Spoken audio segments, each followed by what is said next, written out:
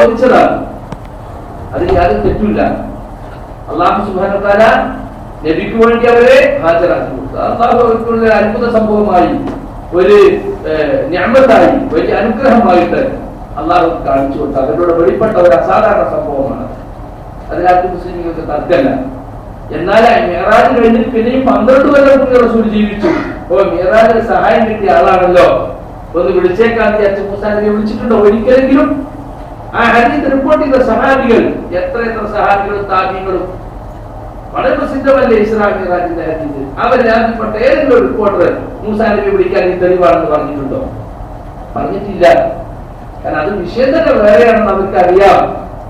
മൂസാ നബി അലൈഹി സ്വലാത്തു വസ്സലാം മുഹമ്മദ് മുസ്തഫ സല്ലല്ലാഹു അലൈഹി വസല്ലം ഒരു ഖൗമിനെ കൈകാര്യം ചെയ്ത പരിചയത്തിന്റെ അടിസ്ഥാനത്തിൽ ഒരു നിർദ്ദേശം കൊടുക്കുക, ഒരു ഗൈഡൻസ് കൊടുക്കുക മാത്രം ചെയ്തത്. 50 വക്ത് നിസ്കാരം കൊണ്ട് വന്നപ്പോ ഇതൊരിക്കലും നിങ്ങളുടെ സമുദായത്തിന് താങ്ങൂല. അതുകൊണ്ട് നിങ്ങൾ റബ്ബിലേക്ക് മടങ്ങിപ്പോയിട്ട് നിന്ന് ചുരുക്കി തരാൻ വേണ്ടി പറയണം, ലഘൂകരിച്ചു തരാൻ പറയണം. അങ്ങനെ പലവട്ടം പോയിട്ടാണ് 5 ആക്കിയത്. 5 50ന്റെ സ്ഥാനത്താണ്. അത് ഖുർആൻ തന്നെ പറഞ്ഞാണ്, ഒരു നന്മ ചെയ്താൽ 10 ഇരട്ടി പ്രതിഫലമുണ്ട്. 5 നിസ്കാരം 50. എല്ലാ സംക്രമത്തിനുള്ള ഒരു പ്രത്യേകതയാണ്. ഞാൻ പറഞ്ഞു വരുന്നത്, മൂസാ നബി അലൈഹി സ്വലാമിനെ വിളിച്ച് നേടിയില്ല, ഇബ്രാഹിം നബിയെ വിളിച്ച് നേടിയില്ല, ഏതെങ്കിലും ഒരു പൂർവ്വകാല നബിയെ വിളിച്ച് മുഹമ്മദ് മുസ്തഫ സല്ലല്ലാഹു അലൈഹി വസല്ലം നേടിയിട്ടില്ല. അത് നമ്മൾ മനസ്സിലാക്കണം. സഹാബത്തും നേടിയിട്ടില്ല. അതുകൊണ്ട് അത് ബിദ്അത്ത് കൂടിയാണ്. നിങ്ങൾ നോക്കൂ, റസൂലുള്ളാഹി സ്വല്ലല്ലാഹു അലൈഹി വസല്ലം ഭൗതിക ശരീരം മറവ് ചെയ്യുന്നതിന്റെ മുമ്പാണല്ലോ ഖലീഫ ആരായിരിക്കണമെന്ന തർക്കം ഉണ്ടായത്. ആ തർക്കം നടക്കുമ്പോൾ റസൂലുള്ളാഹിയുടെ ശരീരം അവിടെ ഉണ്ടായിരുന്നു, മറവിട്ടിട്ടില്ല. എന്നിട്ടോ ആരായിരിക്കണം ഖലീഫ എന്ന് ചെറിയ തർക്കം നടക്കുമ്പോ ആരെങ്കിലും പോയി ചോദിച്ചോ റസൂലിനോട് ആരാണ് ഖലീഫ? ഇവരെ വാദപ്രകാരം റസൂൽ മരിച്ചാലും ഈ ദുനിയാവിലെ കാര്യങ്ങൾ അവിടുന്ന് നേരിട്ട് ലൈവായി കണ്ടുകൊണ്ടിരിക്കുകയാണ്. ഉമ്മത്തിന്റെ സർവ്വ കാര്യങ്ങളും ലൈവായിട്ട് കണ്ടുകൊണ്ടിരിക്കുന്നു എന്നാണ്. എല്ലാ മൗലിക സദസ്സുകളും റസൂൽ ഹാജരാകുന്നു എന്നാണ്. അവരുടെ വിശ്വാസം തെറ്റായ വിശ്വാസങ്ങളാണ്. എന്താ റസൂൽ ഇടപെട്ടോ? അബൂബക്കർ ആയിക്കട്ടെ ഖലീഫ ഒച്ച ഉണ്ടാക്കി ഒരു അശരീരി പുറപ്പെടുവിച്ചോ? ഉണ്ടായില്ല.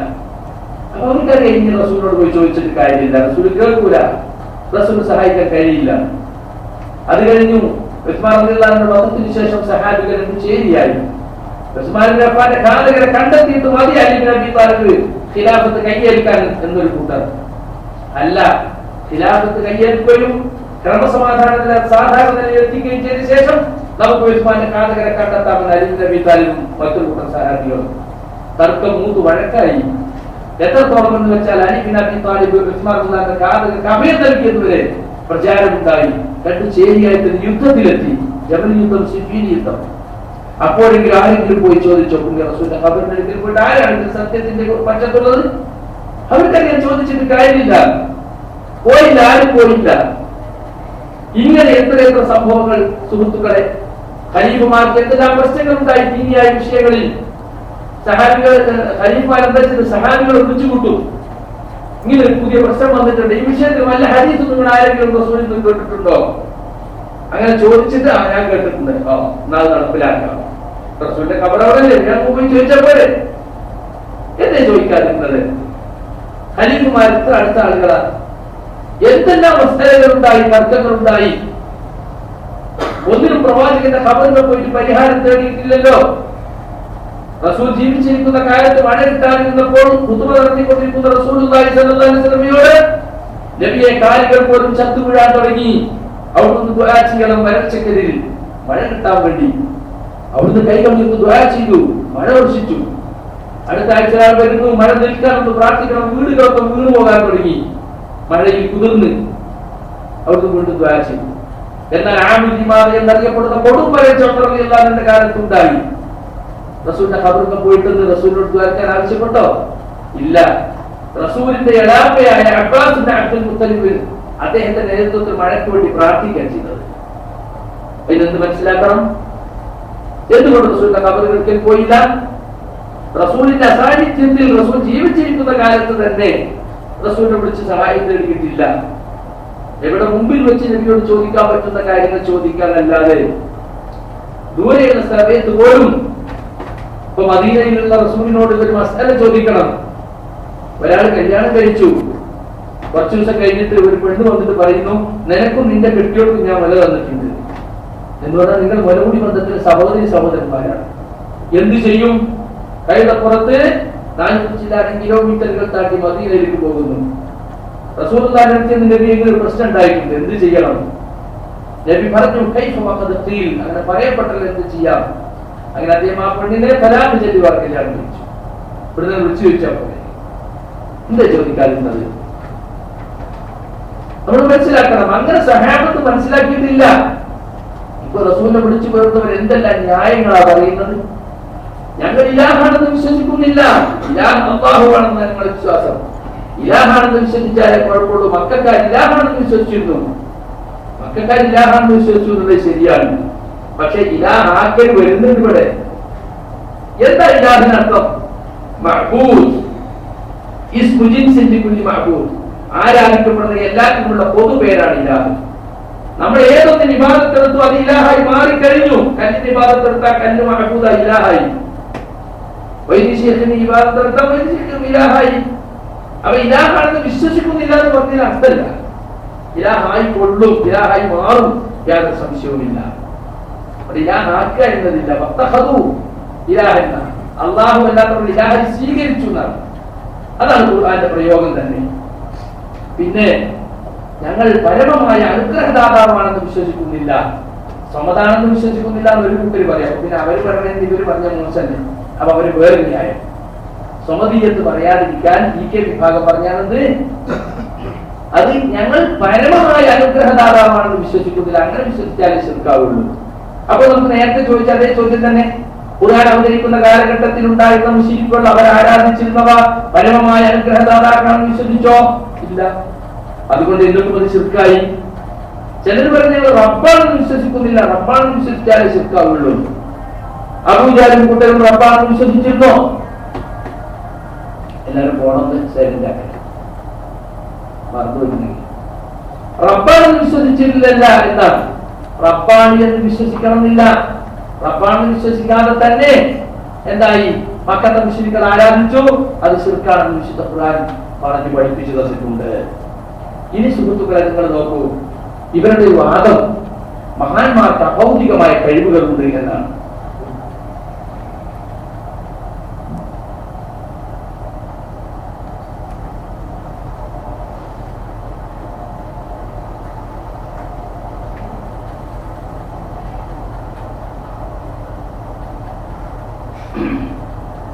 ഇപ്പൊ ഞാൻ സംസാരിക്കുന്നത് നിങ്ങൾ കേൾക്കുന്നു ഭൗതികമായ കാര്യകാരണങ്ങളുടെ അടിസ്ഥാനത്തിലാണ്. വായു എന്ന മാധ്യമത്തിലൂടെ നിങ്ങളുടെ ചെവിയിൽ അതുകൊണ്ട് തട്ടുമ്പോൾ നിങ്ങൾക്കത് ശബ്ദം അനുഭവപ്പെടുന്നു, നിങ്ങൾ കേൾക്കുന്നു. എന്നാൽ ആ രീതിയിലുള്ള ഒരു കാര്യകാരണവും ഇല്ലാതെ മഹാന്മാർ മരിച്ചു പോയാലും അവർക്ക് കേൾക്കാൻ കഴിയും, കാണാൻ കഴിയും, സഹായിക്കാൻ കഴിയും എന്നൊക്കെ ആളുകൾ വിശ്വസിക്കുന്നുണ്ട്. യഥാർത്ഥത്തില് അങ്ങനെ വിശ്വസിക്കാൻ പാടുണ്ടോ? നമുക്ക് ഈ ലോകത്ത് എന്തൊരു കാര്യം നടക്കണമെങ്കിലും അള്ളാഹു അതിനൊരു കാരണം നിശ്ചയിച്ചിട്ടുണ്ട്. വിശപ്പ് മാറണമെങ്കിൽ ഭക്ഷണം കഴിക്കണം, ദാഹം തീരണമെങ്കിൽ വെള്ളം കുടിക്കണം. ഒരു കാരണം ഉണ്ടായാലേ അതിന്റെ കാര്യം നടക്കൂ. എന്നാൽ ഒരു കാരണവുമില്ലാതെ കാര്യം നടത്താൻ ആർക്കേ സാധിക്കുള്ളൂ? അള്ളാഹുവിന് മാത്രമേ സാധിക്കുള്ളൂ. നമ്മളോട് പറഞ്ഞിട്ടുള്ളത് കാരണങ്ങളുമായി ബന്ധപ്പെടാൻ. അപ്പൊ കാര്യങ്ങൾ സംഭവിക്കുമെന്നാണ്. കാരണങ്ങളുമായി ബന്ധപ്പെടാതെ കാര്യങ്ങൾ സാധിക്കാൻ അള്ളാഹുവിന് മാത്രമേ സാധിക്കുള്ളൂ. ഇതാണ് കാര്യകാരണ ബന്ധം എന്ന് പറയുന്നത്. ലോകം നിലനിൽക്കുന്നത് അതിന്റെ അടിസ്ഥാനത്തിൽ. ഏതൊന്ന് കാര്യം എടുത്തു നോക്കിയാലും അതിന്റെ പിന്നിൽ അള്ളാഹു നിശ്ചയിച്ചൊരു കാരണം ഉണ്ടാവും. എന്നാൽ സുഹൃത്തുക്കളെ, മഹാന്മാർക്ക് അഭൗതികമായി ഈ ലോകത്ത് സ്വാധീനം ചെലുത്താൻ കഴിയും, അഭൗതികമായി കാണാൻ കഴിയും, കേൾക്കാൻ കഴിയും. ബദരീങ്ങൾ കാണും, ബദരീങ്ങൾ കേൾക്കും, മൊയ്തീശ്വർ കാണും, മൊയ്തീശ്വർ കേൾക്കും. അങ്ങനെയാണല്ലോ അവരുടെ വിശ്വാസം, അല്ലേ? വല്ല നിലത്തിന്നും എന്നെ വിളിപ്പോർക്ക് വായ് കൂടാ ഉത്തരം ചെയ്യും ഞാൻ എന്നോവർ മൊയ്തീശ്വറിന്റെ പേരില് ഖാദി മുഹമ്മദ് വെച്ച് കാണിച്ചത്. എവിടുന്ന് വിളിച്ചാലും വായ കൂടുതലും ഉത്തരം ചെയ്യും. കണ്ടോ? അപ്പൊ ലോകത്തിന്റെ നാനാഭാഗത്തുമുള്ള വിളി അത് കേട്ട് ഏത് ഭാഷയിൽ വിളിച്ചാലും എപ്പോൾ വിളിച്ചാലും ഉറക്കമില്ലാതെ മയക്കമില്ലാതെ അത് മുഴുവൻ കേട്ട് മനസ്സിലാക്കാൻ, അതിന് ഉത്തരം കൊടുക്കാൻ ശൈഖ് മുഹ്യിദ്ദീൻ അബ്ദുൽ ഖാദിർ ജീലാനി റഹിമഹുല്ലാഹ് അദ്ദേഹത്തിന് സാധിക്കുന്നതാണ് ഇവരുടെ വിശ്വാസം. അപ്പൊ എന്തായി? അള്ളാഹ് കേൾക്കുന്നത് പോലെ കേൾക്കാൻ അള്ളാഹ് കാണുന്നത് പോലെ കാണാൻ, അള്ളാഹു അറിയുന്നത് പോലെ അറിയാൻ, അള്ളാഹ് സഹായിക്കുന്നത് പോലെ സഹായിക്കാൻ ഇവർക്ക് സാധിക്കുമെന്ന വിശ്വാസം വന്നു. അത് തന്നെയാണ് യഥാർത്ഥത്തിൽ ശിർക്കാകുന്ന വിശ്വാസം എന്ന് പറയുന്നത്. നിങ്ങൾ നോക്കൂ, നമ്മൾ പഠിപ്പിച്ചതല്ല, മുജാഹിദ് പ്രസ്ഥാനം പണ്ട് മുതൽക്കേ പഠിപ്പിച്ചു വന്നിട്ടുള്ള ഇസ്ലാമിക് ജീവൻ എന്ന പുസ്തകത്തിൽ കുഞ്ഞീത് മുതൽ എഴുതിയിട്ടുള്ളൂ. അഭൗതികമായ മാർഗത്തിൽ അഥവാ കാര്യകാരണ ബന്ധത്തിന് അതീതമായി ഗുണവും ദോഷവും വരുത്താൻ ഒരു വ്യക്തിക്ക് കഴിവുണ്ടെന്ന വിശ്വാസമാണ് ഇബാദത്തിന്റെ ഉറവിടം. അതേ പുസ്തകത്തിൽ തന്നെ പറയുന്നു, എന്നാൽ അഭൗതികമായ മാർഗത്തിൽ ഗുണവും ദോഷവും വരുത്താനുള്ള കഴിവ് ലോകരക്ഷിതാവായ അല്ലാഹുവിന് മാത്രമേ ഉള്ളൂ. അവന്റെ പടപ്പുകളിൽ ഒരാൾക്കും ആ കഴിവില്ല, ഒരാൾക്കില്ല എന്നാണ്.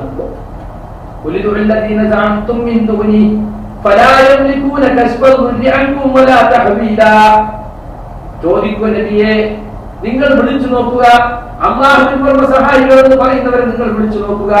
എന്നാൽ ഫലാ യംലികൂന, അവർക്ക് കഴിയില്ല. ഫലാ യഖ്ദിറൂന എന്നാണ് തഫ്സീറിലെ അർത്ഥം കൊടുത്തത്. ഫലാ യസ്തതിഊന, നിങ്ങൾക്ക് നീ ദുരിതത്തെ നീക്കിത്തരാനും തൽക്കാലം അത് മറ്റൊരാളിലേക്ക് മാറ്റം വരുത്തുവാനോ പോലും അവർക്ക് കഴിയില്ല.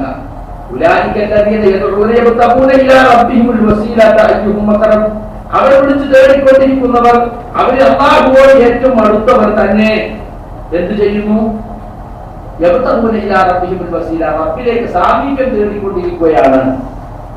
അല്ലോ, അവർ രക്ഷിതാവിലേക്ക് അടുക്കാൻ ശ്രമിച്ചുകൊണ്ടിരിക്കുകയാണ്. അവന്റെ കാരുണ്യത്തെ ആഗ്രഹിക്കുകയാണ്, അവന്റെ ശിക്ഷയെ ഭയപ്പെടുകയാണ്.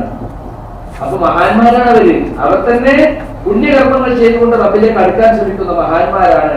അവർക്ക് നിങ്ങളെ വിഷമം നീക്കിത്തരാൻ കഴിയില്ല എന്ന് വിശുദ്ധ ഖുർആൻ എടുത്തു പറയാണ്. അപ്പൊ ഈസാ നബിയെ വിളിച്ച് പ്രാർത്ഥിക്കുന്ന ക്രിസ്ത്യാനികൾക്കും ഉസൈർ നബിയെ വിളിച്ച് പ്രാർത്ഥിക്കുന്ന യഹൂദികൾക്കും ജിന്നുകളെയും മലക്കളെയും അതുപോലെ തുടങ്ങിയ മഹാന്മാരെയും വിളിച്ച് പ്രാർത്ഥിക്കുന്ന മക്കൾക്ക് എല്ലാവർക്കുള്ള മറുപടിയാണ് യഥാർത്ഥത്തിൽ അത്. അത് തന്നെയാണ് ولو سمعوا ما استجابوا لكم ويوم القيامة يكفرون بشرككم ولا ينبئك مثل خبير. നിങ്ങൾ അവരോട് ദുആ ചെയ്താൽ അവർ നിങ്ങളുടെ ദുആ കേൾക്കുന്നതല്ല, ഇനി കേൾക്കുമെന്ന് സങ്കല്പിച്ചാൽ തന്നെ, ഈ സങ്കല്പിച്ചാൽ എന്താ കേൾക്കുന്നത് ഉറപ്പാണ്, പിന്നെ വെറുതെ സങ്കല്പിക്കുക. അതാണ് ഫർളൻ എന്നവിടെ തഫ്സീർ കൊടുക്കുകയാണ്. വലൗ സമിഉ ഫർളൻ മസ്തജാബു ലക്കും, ഉത്തരം ചെയ്യില്ല. ഖിയാമത്ത് നാളിൽ നിങ്ങൾ ഈ പങ്കു ചേർത്തതിൽ അവർ നിഷേധിക്കുകയും ചെയ്യും. ഈ കാര്യം മുൻകൂട്ടി നിങ്ങളെ ഖിയാമത്ത് നാളിൽ വരാനിരിക്കുന്ന സംഗതി മുൻകൂട്ടി നിങ്ങൾ അറിയിച്ചു തരാൻ സൂക്ഷ്മജ്ഞാനിയായ അല്ലാഹുവിനെ പോലെ മറ്റാരുമില്ല എന്ന് പറയും. അപ്പൊ വളരെ വ്യക്തമായിട്ട് മുജാഹിദ് പ്രസ്ഥാനം ഇവിടെ ജനങ്ങളെ പഠിപ്പിച്ചിട്ടുള്ള ഒരു കാര്യമാണ്. എന്നാൽ 2001-2002 കാലത്ത് ഈ പ്രസ്ഥാനം വിട്ടുപോയ മടവൂർ വിഭാഗം അവർ ഒരു പുതിയ ആശയം കൊണ്ടുവന്നു. എന്താണ് ആശയം എന്ന് വെച്ചാൽ, മലക്കുകൾക്കും ജിന്നുകൾക്കും നമ്മെ സഹായിക്കാൻ സാധിക്കുമെന്ന് വല്ലവരും വിശ്വസിച്ചാൽ അവരുടെ വിശ്വാസത്തിൽ ശിർക്കും കുഫ്റും സംഭവിക്കുന്നു. തൗഹീദും നവയാഥാസ്ഥിക വ്യതിയാനം എന്ന സലാം സുന്നയുടെ പുസ്തകം പേജ് 11. കാരണം എന്താ? അദ്ദേഹം പറയുന്നത് ജിന്നും മലക്കും അഭൗതിക ശക്തികളാണ്. അവരിൽ നിന്ന് കിട്ടുന്ന ഏത് സഹായവും അഭൗതികമാണ്. അതുകൊണ്ട് സഹായിക്കുമെന്ന വിശ്വാസം തന്നെ ശിർക്കും കുഫ്റുമാണ്. അങ്ങനെ മനുഷ്യ ദൃഷ്ടിക്ക് ഗോചരമല്ലാത്ത എല്ലാ സഹായങ്ങളെയും എല്ലാ ഉപദ്രവങ്ങളെയും അഭൗതികവും കാര്യകാരണ ബന്ധങ്ങൾക്ക് അപ്പുറത്തുമാക്കി ചിത്രീകരിച്ചുകൊണ്ട് ഒരു പുതിയ തൗഹീദ് ഉണ്ടാക്കി. അതിന്റെ അടിസ്ഥാനത്തിൽ അദ്ദേഹം പറഞ്ഞു, സിഹ്ർ ഭരിക്കുമെന്ന് വിശ്വസിച്ചാൽ തന്നെ ആ വിശ്വാസം ശിർക്കാണ്. കാരണം എന്താ? സിഹ്റിൽ അഭൗതികമായ നിരക്കുള്ള ഉപദ്രവം വരുന്നുണ്ട്. അഭൗതികമായി മറഞ്ഞ വഴിക്ക് ഉപദ്രവിക്കാൻ അല്ലാഹു മാത്രമേ കഴിയുള്ളൂ. അത് ഒരു സാഹിറിന് കഴിയും, അല്ലെങ്കിൽ ശൈത്താന് കഴിയും എന്ന് വിശ്വസിച്ചാൽ തന്നെ ശിർക്കായി. കാരണം അദ്ദേഹത്തിന്റെ പുതിയ തൗഹീദ് അനുസരിച്ച് അങ്ങനെയാണ്. അതുപോലെ തന്നെ ജ്യോത്സ്യന്മാരെ പിശാചുക്കൾ സഹായിക്കുന്നുണ്ട്, ജ്യോത്സ്യന്മാർക്ക് കട്ടുകെട്ട് എത്തിച്ചു കൊടുക്കുന്നുണ്ട് എന്ന് ഖുർആൻ കൊണ്ട് തെളിഞ്ഞ കാര്യമാണ്. ഖുർആൻ അവതരിക്കുന്നതിന് വ്യാപകമായിട്ട് ഖുർആന് ശേഷം അല്പസ്വല്പമായിരുന്നു നടന്നുകൊണ്ടിരിക്കുന്നുണ്ട്. അതുകൊണ്ടാണ് പലപ്പോഴും ജ്യോത്സ്യന്മാർ പറയുന്ന ചില കാര്യങ്ങൾ ഒത്തുവരുന്നത് എന്ന് റസൂൽ സല്ലല്ലാഹു അലൈഹി വസല്ലം ഹദീസിൽ പറഞ്ഞതായി ആയിഷ റളിയല്ലാഹു ചോദ്യത്തിന് ഉത്തരമായി പറഞ്ഞതും കാണാൻ സാധിക്കും. പക്ഷെ അദ്ദേഹം പറഞ്ഞത് വിശ്വസിക്കാൻ പാടില്ല. ജ്യോത്സ്യന്മാരെ പിശാച് സഹായിക്കും, മന്ത്രവാദികളെ ശൈത്താൻ സഹായിക്കും എന്ന് വിശ്വസിച്ചാൽ തന്നെ ശിർക്കാണ്. കാരണം എന്താ? അത് അഭൗതികമായ സഹായമാണ്, അല്ലാഹുവിന് മാത്രമേ സാധിക്കുള്ളൂ. അതേപോലെ ചുറ്റുപാതയില്ല, ഭൗതികമായ നിലക്ക് ഉപദ്രവിക്കാൻ അല്ലാതെ ജിന്ന് ഉപദ്രവിക്കാൻ പറഞ്ഞത് അഭൗതികമായ ഉപദ്രവമാണ്. ജിന്ന് ബാധിക്കുക, ജിന്ന് രോഗം ഉണ്ടാക്കുക, അതൊക്കെ വിശ്വസിച്ചാൽ തന്നെ ശിർക്കാണ്. അതുകൊണ്ട് കട്ടുകേൾവിയില്ല, ജ്യോതിഷവിവരങ്ങൾ നൽകുന്നില്ല, കണ്ണേറ് ഭരിക്കില്ല, സിഹിർ ബാധിക്കില്ല, ജിന്ന് ബാധയില്ല, ഇങ്ങനെയുള്ള വാദങ്ങൾ അബ്ദുസ്സലാം കൊണ്ടുവരികയും അത് ആദ്യമാദ്യമൊക്കെ ഒറ്റപ്പെട്ട വാദങ്ങളായി പ്രസ്ഥാനത്തിനകത്ത് അയ്യൂബ് കോഴ്സ് ഇങ്ങനെ ഇറക്കും, അയാളിങ്ങനെ എഴുതുന്നല്ലാതെ സംഘടനാ പിളർപ്പിന് ശേഷം പറവൂർ വിഭാഗത്തിന്റെ താത്വികനായി അദ്ദേഹം മാറുകയും അവരുടെ പ്രസിദ്ധീകരണം അദ്ദേഹത്തിന്റെ വാദങ്ങൾ ഏറ്റെടുക്കുകയും അത് പ്രചരിപ്പിക്കുന്ന ഒരു വിഭാഗം അവിടെ ഉണ്ടാവുകയും ചെയ്തു. സ്വാഭാവികമായും അതിനെ ആ നിലക്ക് തന്നെ നമുക്ക് നേരിടേണ്ടി വന്നു. അങ്ങനെയാണ് അത്തരം ആയത്തുകളും ഹദീസുകളും ഒക്കെ ആരംകാരികമാണെന്ന് അദ്ദേഹത്തിന് പറയേണ്ടി വന്നത്. നിങ്ങൾ നോക്കൂ, ആൺപിശാചുക്കളിൽ നിന്നും പെൺപിശാചുക്കളിൽ നിന്നും ഞാൻ അള്ളാഹുവിനോട് രക്ഷ തേടുന്നു എന്ന് ബാത്റൂം കയറുമ്പോൾ പറയണം. അപ്പൊ അദ്ദേഹത്തിന് ആശങ്ക, അഭൗതികനായ ജിന്ന് പിശാച് എങ്ങനെ ഭൗതികമായി ബാത്റൂമിൽ വന്ന് ഉപദ്രവിക്കുക? അപ്പൊ ഇവർക്ക് ദഹിക്കുന്നില്ല, എന്തോ അത് കൊതു കാണുന്നത്, അത് ആൺകൊതും പെൺകൊതു കാണുന്നത്. പിന്നെ രാവിലെ നിങ്ങൾ എണീറ്റാൽ മൂക്കിൽ നല്ലോണം വെള്ളം കയറ്റി ചീറ്റി കളയണം.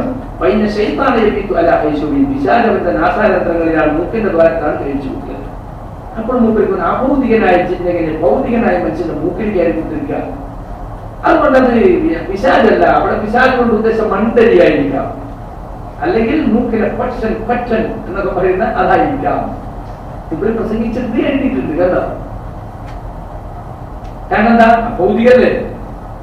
അതുപോലെ പലതും. പിന്നെ ജിന്ന് എന്ന വാക്കിന് കാട്ടാളെന്ന് അർത്ഥമുണ്ട്. അതിന്റെ സിയനും പറഞ്ഞത് ജിന്നും ഇൻസും, കാടനും നാടനും. ജിന്ന് കാടൻ, കാട്ടുവർഗക്കാരൻ, ആദിവാസിയാണ്. ഇൻസ് നാട്ടില് തുണി കുപ്പായൊക്കെ പരിഷ്കൃതരായി നടക്കുന്ന മനുഷ്യന്മാര്. കാട്ടാളെന്ന് ജിന്നിന് അർത്ഥമുണ്ട്. പിന്നെ വൈറസിനും ഫംഗസിനും ബാക്ടീരിയക്കൊക്കെ ജിന്നിൽ തന്നെ ഇറങ്ങി പറയാ. ബാക്കി എനിക്ക് പഠിപ്പിച്ചിട്ടില്ല. ചോദ്യം അവര് പറയട്ടെ, ബാക്ടീരിയക്ക് എന്താ പറഞ്ഞത്, വൈറസ് എന്താ പറഞ്ഞേ? നബി വൈറസും ബാക്ടീരിയ പഠിപ്പിക്കാമെന്ന ഒരു ബയോളജി അധ്യാപകനല്ല എന്ന് അറിയുന്ന ഒരാൾക്ക് ആ ചോദ്യത്തിൽ ഒരു പുതുമി തോന്നില്ല.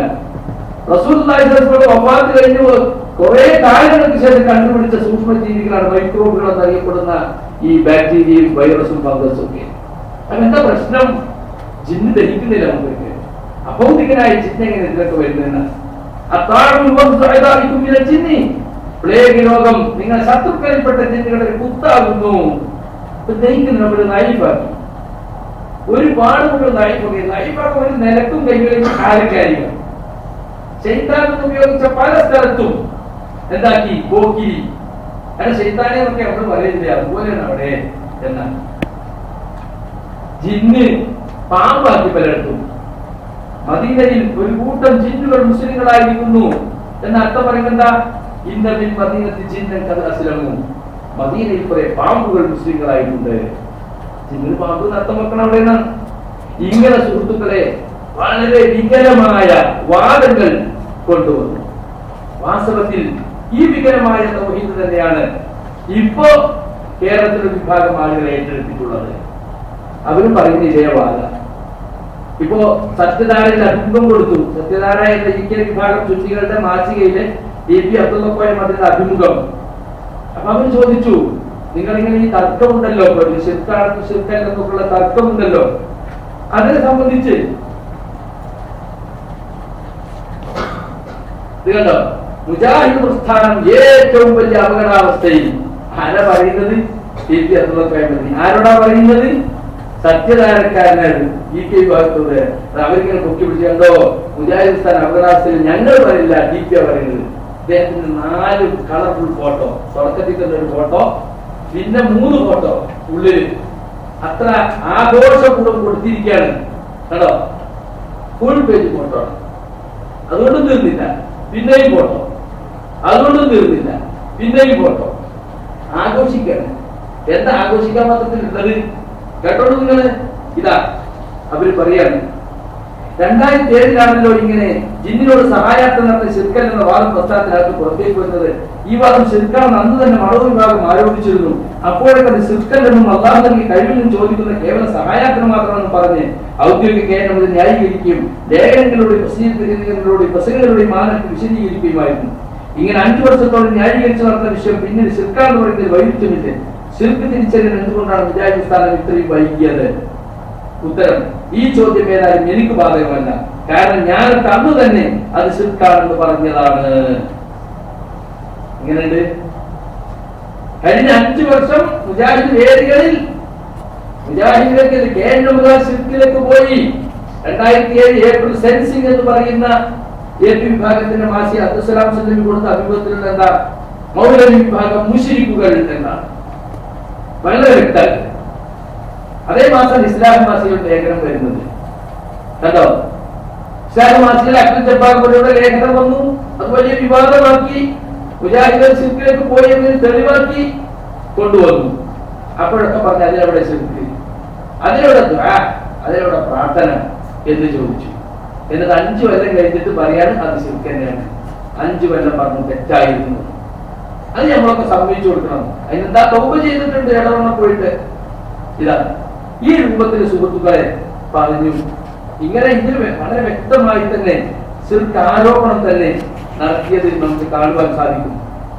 ഒരു വാചകം ഞാൻ നിങ്ങൾക്ക് വായിച്ചു കൽപ്പിച്ചേരാം. കണ്ടോ. എന്നാൽ നമ്മളാരും നിങ്ങളെ കേൾക്കാത്ത രീതിയിൽ പുതിയ വാദങ്ങൾ ഉന്നയിക്കുകയും ജിന്നുകളോട് പ്രാർത്ഥിക്കാമെന്നും അത് ശിർക്കാവുകയില്ലെന്നും അത് ഹറാമോ വസിയത്ത് ശിർക്ക് മാത്രമാണെന്ന് നമുക്ക് പറഞ്ഞ് വിഷയത്തെ ലഘൂകരിച്ചുകൊണ്ട് പ്രസ്ഥാനത്തിനകത്ത് വെച്ച് രംഗത്ത് വരികയാണ് ചെയ്യുന്നത്. ജിന്നുകളോട് പ്രാർത്ഥിക്കാമെന്ന് പറയുന്ന ഒരു കൂട്ടരുണ്ട്. ഇങ്ങനെയൊക്കെ വാദിക്കാൻ കാരണം എന്താ? ഈ പുതിയ അഭൗതികവാദം നമ്മൾ സ്വീകരിക്കാത്തത് കൊണ്ടാണ്. ജിന്നിനും മലക്കിനും ഒക്കെ അഭൗതിക കഴിവുണ്ട്. അത് ഭൗതികവും അഭൗതികവും പറഞ്ഞ് നമ്മൾ കൺഫ്യൂഷൻ ഉണ്ടാക്കുന്നതാണ്. നമ്മളല്ല കൺഫ്യൂഷൻ ഉണ്ടാക്കിയത്. നമ്മൾ 1.5 കൊല്ലം ഉണ്ടായിരുന്നു കൺഫ്യൂഷൻ ഇല്ലാതിരിക്കാൻ വേണ്ടി. നമ്മൾ കുറച്ചാൽ സഹിച്ചാൽ ഇല്ലാതാകട്ടെ. യഥാർത്ഥത്തിൽ എന്താണ് ഭൗതികം, എന്താണ് അഭൗതികം നമ്മൾ പഠിക്കേണ്ടതുണ്ട്, മനസ്സിലാക്കേണ്ടതുണ്ട്. മലയാള വാക്കുകൾ ഉപയോഗിച്ചത് കാര്യകാരണ ബന്ധങ്ങൾക്ക് അകത്തുള്ളതിന് ഭൗതികമെന്നും അതിന് പുറത്തുള്ളതിന് അഭൗതികമെന്നും അങ്ങനെയാണ് നമ്മൾ പഠിപ്പിച്ചത്. അപ്പൊ പ്രാർത്ഥന, ഒരു വിളി എപ്പോഴാണ് പ്രാർത്ഥനയാവുക? സാധാരണ കാര്യകാരണ ബന്ധങ്ങൾ അടിസ്ഥാനത്തിലുള്ള സഹായത്തിനുള്ള വിളിയാണോ? അത് പ്രാർത്ഥനയല്ല. ഡോക്ടറെ എന്റെ കുട്ടിയുടെ രോഗം മാറ്റി തരണേന്ന പ്രാർത്ഥനയല്ല. കാരണം എന്താ? ഡോക്ടർ പഠിച്ചിട്ടുള്ള വൈദ്യശാസ്ത്രത്തിന്റെ അടിസ്ഥാനത്തിൽ അദ്ദേഹത്തിന്റെ കഴിവിൽപ്പെട്ട സഹായമാണ് ചോദിക്കുന്നത്. അദ്ദേഹം കാര്യകാരണ ബന്ധങ്ങളുടെ അടിസ്ഥാനത്തിൽ ഇന്ന മരുന്ന് കൊടുത്താൽ ഇന്ന രോഗം മാറും, ഇന്ന ഗുളികയ്ക്ക് ഇന്ന ഫലമുണ്ടെന്ന് മനസ്സിലാക്കിയിട്ട് നോക്കി രോഗലക്ഷണവും മറ്റും നോക്കി ചികിത്സിക്കണം. അവിടെ പ്രാർത്ഥന വരുന്നില്ല. നേരെ മറിച്ച് വീട്ടിൽ കിടന്നിട്ട് ഡോക്ടറെ എന്റെ രോഗം മാത്രമേ വിളിച്ചാലോ ഒരു മാധ്യമവും ഇല്ലാതെ ഡോക്ടർ കേൾക്കും, അങ്ങനെ അറിയും. അങ്ങനെ വിളിച്ചാൽ രോഗം മാറും, അദ്ദേഹം മനസ്സ് വെച്ചാൽ തന്നെ രോഗം മാറും എന്നൊക്കെയാണ് വിശ്വസിച്ചിട്ടാണ് വിളിക്കുന്നത്. അപ്പൊ എന്താ ഈ കാര്യകാരണങ്ങൾക്ക് അപ്പുറത്തുള്ള സഹായം പ്രതീക്ഷിച്ചു, അത് പ്രാർത്ഥനയായി. അത് അല്ലാഹു അല്ലാത്തവരോടായതുകൊണ്ട് ശിർക്കായി. ഇങ്ങനെ നമ്മള് പൊതുജനങ്ങളെ പണ്ട് മുതൽക്കേ പഠിപ്പിച്ചു പോന്നിട്ടുള്ള കാര്യമാണ്. അതാണ് അഭൗതികം. അത് വളരെ വ്യക്തമായി നമ്മുടെ പുസ്തകങ്ങളിലും ഒക്കെ വളരെ വ്യക്തമായി തന്നെ പണ്ട് മുതൽക്കേ പറഞ്ഞു പോന്നിട്ടുള്ള കാര്യമാണ്. ഞാൻ നേരത്തെ വായിച്ചു തന്ന ഉദ്ധരണി നിങ്ങൾ ഓർക്കുന്നുണ്ടാകും. ഒരു ഉദ്ധരണി കൂടി വായിച്ചു തരാം. കാര്യകാരണ ബന്ധങ്ങൾക്ക് അതീതമായ രീതിയിൽ മനുഷ്യ ജീവിതത്തിൽ ഇടപെടാൻ സാധിക്കുന്ന വലിയൊരു ശക്തി പ്രപഞ്ചാതീതനായ ജഗന്നിയന്താവ് മാത്രമാണെന്നാണ് ഇസ്ലാം പഠിപ്പിക്കുന്നത്. കാര്യകാരണങ്ങൾക്ക് അപ്പുറത്തുള്ള ഉപകാരങ്ങൾ തേടിയും ഉപദ്രവങ്ങൾ തടയാൻ ആവശ്യപ്പെട്ടു മനുഷ്യർ നടത്തുന്ന സഹായാത്രകൾക്കാണല്ലോ പ്രാർത്ഥന എന്ന് പറയുന്നത്. ഇപ്പൊ പുറത്തിറക്കിയ സമ്മേളനത്തിൽ പുറത്തിറക്കിയ നവോത്ഥാനത്തിന്റെ 100 ലഘു പുസ്തകത്തിന്റെ 5-ാം പേജിലുള്ളതാണ്. കുഞ്ഞീദ് മദനിയുടെ ഇസ്ലാമിന്റെ ജീവൻ എന്ന പുസ്തകത്തിൽ ഒരു ഉദാഹരണം പറയുന്നത് കേട്ടോ. അപകടത്തിൽപ്പെട്ടു പോകുന്ന മനുഷ്യൻ ഭൗതികമായ മാർഗത്തിലും അഭൗതിക മാർഗത്തിലും സഹായം തേടാറുണ്ട്. ഇഴഞ്ഞു നീങ്ങിയ കുഞ്ഞുമോൻ ആൾമറയില്ലാത്ത കണച്ചിന്റെ അടുത്തെത്തിയിരിക്കുന്നു. അടുക്കള ജനലിലൂടെ രംഗം കണ്ട ഉമ്മ മുജീബേ കുട്ടി എന്ന് അലമുറ കൂട്ടുന്നു. ജ്യേഷ്ഠൻ മുജീബ വസ്ത്രം അലക്കുകയാണ്. അത് കേട്ട് ഉമ്മാമ പഠിച്ചവനേ എന്റെ കുട്ടി എന്ന് അലമുറയിട്ട് നിലവിളിക്കുന്നു. ഇവിടെ 1ാമത്തെ സഹായാർത്ഥന മുജീബ് തന്റെ ഭൗതികമായ കാലുകൾ കൊണ്ട് കേട്ട്, കണ്ണുകൾ കൊണ്ട് കണ്ട്, കാലുകൾ കൊണ്ട് ഓടിച്ചെന്ന് കൈകൾ കൊണ്ട് കുട്ടിയെ പിടിച്ചു ഭക്ഷിക്കേണ്ടതാണ്. തന്നെ വിട്ടും അതൊരു പ്രാർത്ഥനയല്ല. എന്നാൽ 2ാമത്തേത് ഇതാ പഠിച്ചവനെ എന്റെ കുട്ടിന്നല്ലേ, അത് അള്ളാഹുവിനോടുള്ള പ്രാർത്ഥനയും അവനുള്ള ഇബാദത്തുമാണ്. ഇതാണ് ഇത്ര കാലം നമ്മൾ പഠിപ്പിച്ചിട്ടുള്ളത്. പിന്നെ ഗൈബ് എന്ന വാക്കിന് ചില ആളുകളൊക്കെ അദൃശ്യം എന്നതിന് പകരം ചിലപ്പോൾ അഭൗതികം ഉപയോഗിച്ചിട്ടുണ്ട്. അല്ലതീയ യുഗ്മിനുണ്ടെങ്കിൽ ഗൈബി, അപ്പൊ ഗൈബിൽ വിശ്വസിക്കുന്നവരാണ്, കാരണം അറിഞ്ഞ കാര്യങ്ങളിൽ അദൃശ്യ കാര്യങ്ങളിൽ വിശ്വസിക്കുന്നവരാണ്. ആ അർത്ഥത്തിന് വേണ്ടി ചിലപ്പോ അഭൗതിക എന്ന വാക്ക് ഉപയോഗിക്കുന്നത് കുഴപ്പമില്ല, അദൃശ്യം തന്നെ അവിടെ ഉദ്ദേശമുള്ളൂ, ഈ പറഞ്ഞ അർത്ഥം അവിടെ ഇല്ല. അപ്പൊ ജിന്നും മലക്കും അഭൗതികമാണ്, ജിന്നിന്റെ മലക്കിന്റെ കഴിവുകൾ അഭൗതികമാണ്, അവരോട് എന്ത് ചോദിച്ചാലും അത് അഭൗതിക രീതിയിലുള്ള ചോദ്യമാണ്, അതുകൊണ്ട് അത് ശിർക്കാണ് എന്നൊരു പുതിയ വാദം 2006 സലാം സുലൈമി കൊണ്ടുവന്നു. അത് 2012 ഇന്ത്യയിൽ കോൺഗ്രസ് ഏറ്റെടുത്തു. അതിന്റെ പേരിലാണ് ഇപ്പോൾ നടക്കുന്ന വിവാദങ്ങൾ എന്ന് നമ്മൾ മനസ്സിലാക്കണം. എപ്പോഴാണ് ഒരുപടി പ്രാർത്ഥനയാവുക, എപ്പോഴാണ് ഒരുപടി ഇബാദത്താവുക എന്ന് വിശദീകരിക്കാൻ